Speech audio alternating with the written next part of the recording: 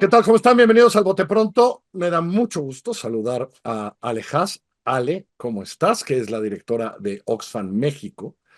Y es bueno en estos días, porque estos días de repente todo es Davos, ¿no? ¿Y qué es Davos? Davos es donde los más ricos del mundo se reúnen para ver cómo le hacemos con el mundo ahora y con nuestra lana. Y Oxfam tiene el tino siempre de, pero no es la primera vez que lo hacen en esta fecha, ¿verdad, Ale? 13 años llevamos. 13 años. En esta fecha les dice, oigan, señores, está muy bonito Davos y la nieve, todo bien, pero tenemos un problema grave en el mundo. Y el informe de este año dice, ¿qué creen? El problema está peor, todavía peor. Después de COVID, pandemia, está peor. El informe se llama Desigualdad Social Anónima. Es un reporte mundial que habla muy mal de cómo vamos y a dónde vamos, ¿no, Ale? Así es, Carlos, pues el sistema económico está teniendo los resultados contrarios de lo que uno pensaría que debe de tener. Los 5 hombres más ricos del mundo del 20 para acá, o sea, durante la pandemia y un poquito más, han duplicado su fortuna, Duplicado. mientras Porque además hay que ponerlo en perspectiva, son los más ricos del mundo. Y esos duplicaron su fortuna. Es bestial, ¿no? es bestial. Estamos hablando, 1.000 millonarios son alrededor de 2.640 personas en el mundo entero. Estamos hablando de los 5 más ricos que efectivamente duplicaron su fortuna. Si estos 5 hombres más ricos del mundo gastaran $1 millón al día cada uno, tardarían con sus fortunas combinadas 476 años en gastarse el dinero. No los voy a vivir ni traigo la cartera esa lana ahorita, Ale, pero bueno, ni modo. Es Y increíble. mientras tanto, 5 billones de personas perdieron valor de sus patrimonios. Muchos de ellos, muchos de nosotros, de la gente que nos escucha hoy, habrá visto que perdieron poder adquisitivo porque hay una inflación brutal en algunos países más que en otros. Y un poco el informe lo que dice es, la inflación también ha jugado un papel en enriquecer a estas personas, porque esa inflación, que es multifactorial, tiene una parte que tiene que ver con que aprovecharon la crisis para subir los precios de los productos, sobre los cuales tienen además muchas veces monopolios, ¿no? Entonces es un poco una narrativa acerca de cómo funcionan los monopolios, cómo funciona tener el control de la producción de un bien o la provisión de un servicio, y cómo, si ese es el caso, tienes el control del mercado y por lo tanto puedes subir precios para beneficiarte. ¿Cómo explicarnos, Ale, y llevas un rato en esto? ¿Cómo explicarnos que creo que en los últimos años, vamos a decir en los últimos 8 o 9 años, hay un discurso público, digamos, ¿no? Comentarios, hay cuántos ricos del mundo firmaron una carta que Oxfam ha hecho, 250. 250 de los más ricos del mundo, diciendo, cóbrenme más impuestos, ¿no? Y creo que la narrativa de la desigualdad lleva muchos años ahí. ¿Cómo explicarnos que a final de cuentas las cosas no solo no mejoran, insisto, empeoran? Es como, Bueno, mira, o sea, yo creo, supongo que habrá algunos que darán, porque los hemos escuchado, Dios me libre, pero que son cosas como naturales. No, no son naturales, ¿no? totalmente, yo creo que estamos viendo una época similar a la de inicios del siglo XX, cuando hubo, pues eso, una carrera por desarrollar infraestructura, por aprovechar materiales, por generar, digamos, una sociedad capitalista basada en el comercio, y donde muy poca gente detentaba los medios de producción, pagaban salarios bastante bajos y no respetaban garantías y demás. Y eso dio lugar al movimiento laboral, dio lugar a la legislación de competencia económica y dio lugar a una serie de regulaciones, incluso a legislación fiscal internacional y local, que pues era bastante más robusta de lo que estamos viendo hoy. Hoy estamos viendo los efectos de unos, digamos, 30 años eh, pues de eliminación de impuestos, ¿no? En México eliminamos el impuesto a la riqueza y el impuesto a la herencia, pero también ocurrió así en muchos lugares del mundo.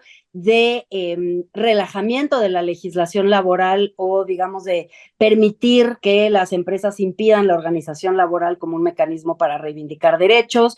También vimos, por ejemplo, una permisividad en términos de competencia económica, de dejar que se agreguen empresas de la misma industria. Uno de los datos del informe, por ejemplo, es que de 60 empresas farmacéuticas que había a nivel global en el 96, hoy solamente tenemos 10, ¿no? Esas 10 empresas concentran no nada más el dinero, el capital, el trabajo, la investigación, sino el poder, finalmente, de Sí, tomar claro, pues decisiones porque sobre el son los que sector.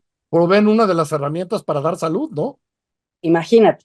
Entonces, estamos frente a un momento en donde estamos viendo las consecuencias de un sistema económico que se fue, yo diría, como deconstruyendo en los últimos 30 años. Hemos perdido alguna de las legislaciones y de los controles y pesos y contrapesos que teníamos antes, y necesitamos un poco volver a esa época y volver a entender que otra vez la organización laboral, la legislación de competencia económica y la legislación fiscal son centrales para que el mercado no se convierta en este juego de suma cero donde muy poquitos ganan, ¿no? Porque además en este aumento de precios y en esta Claro. enorme inflación que estamos viviendo, no es como que el aumento de precios luego redunda en mejores salarios para los trabajadores. Eso no está ocurriendo, ¿no? Lo que está ocurriendo es que hay más ganancias para el capital y menos ganancias para lo laboral.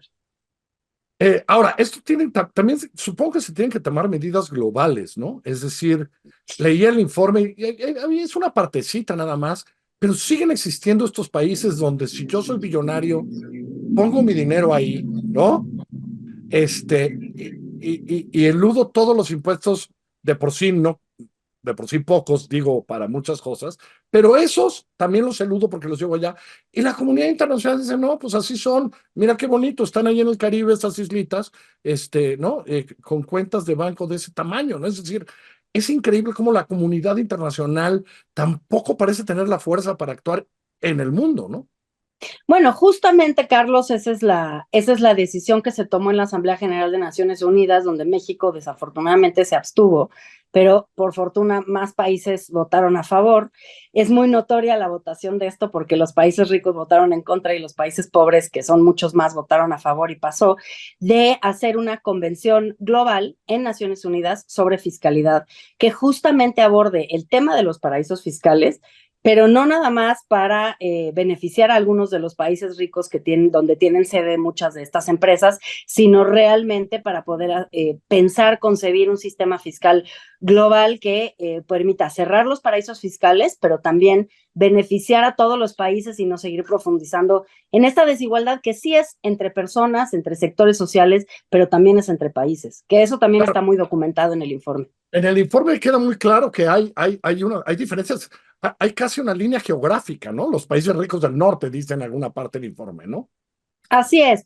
Bueno, esa es una nomenclatura que se ha utilizado en los últimos años para caracterizar, digamos, los países más ricos en el norte y los países más pobres o menos desarrollados o más explotados también en el sur global, como le llaman. Finalmente, pues es una categoría que no es geográfica, sino sociopolítica, pero que sí te permite identificar algunas de las tendencias, ¿no? Por ejemplo, me llamó mucho la atención que en un comunicado que sacaron del Foro Económico Mundial ahí en Davos, hacen una especie de consulta a algunos economistas connotados y muchos de ellos, la mayoría, decía que aunque la inteligencia artificial es una buena noticia en principio para el sector industrial y para facilitar la producción y para eficientar la producción, al mismo tiempo, pues los buenos resultados que puede tener la automatización en el trabajo en el norte puede tener efectos sociales desastrosos en el sur. Y eso pasa muy seguido cuando vemos que ocurre alguna crisis, alguna cosa, alguna problemática en un país del norte, rápidamente existen los medios para recuperarse y en cambio el impacto social, económico, político, incluso en los países del sur, pues es enorme, persevera y es muy difícil remontar. El informe es muy claro que más allá de personas, ¿no? Cuando hablamos de mil millonarios, etcétera, es urgente la regulación de parte del Estado de las empresas. Hay una parte hasta donde dicen hay que reinventar cómo se regula la empresa y dónde están las empresas y qué deben hacer las empresas respecto a las sociedades en donde están sus trabajadores, en donde viven, en donde ponen su dinero, en donde distribuyen, etcétera, ¿no? Así es, Carlos. Realmente lo que el informe está planteando es la revitalización del Estado, volver a traer al Estado como actor protagónico en el sistema económico. Pues se proponen una serie de cosas que ya las dije, ¿no? El tema de la Sí, sí. competencia, el tema de la regulación laboral, el tema también, y creo que es bien importante, bueno, el tema fiscal, por supuesto, pero uno que también menciona es el Estado como un posible, como un actor, no posible, real, como un actor real en la innovación y en la inversión pública, ¿no? O sea, el Estado siempre o tiene esta como reputación últimamente de que todo lo que pasa por el Estado es ineficiente, no innova, no contribuye realmente al desarrollo económico, son los poderes privados los que lo hacen. Eso no es cierto. Hay una economista muy conocida ahora que se llama Mariana Mazzucato, que tiene muchísimos ejemplos de cómo los estados, cuando hacen investigación y desarrollo, cuando se comprometen a la innovación, se puede lograr en general un nivel de innovación que ni siquiera imaginamos que hay gobierno detrás, ¿no? Es el caso del iPhone y muchos otros Sí,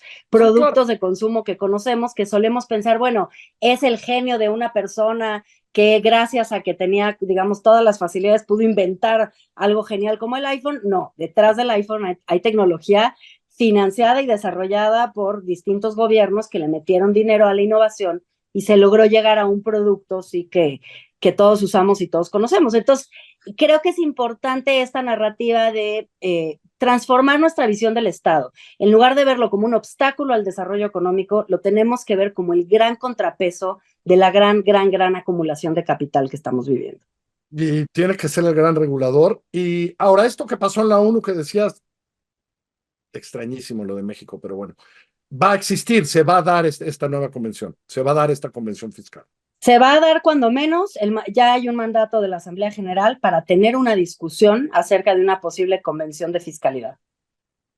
¿Y ustedes tienen cuántas firmas de los más ricos del mundo?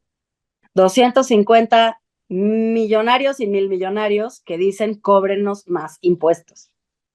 Bueno, paguen los que deben primero, porque hay algunos que se me hace que tienen alguna cuenta allá en las islas bonitas del Caribe.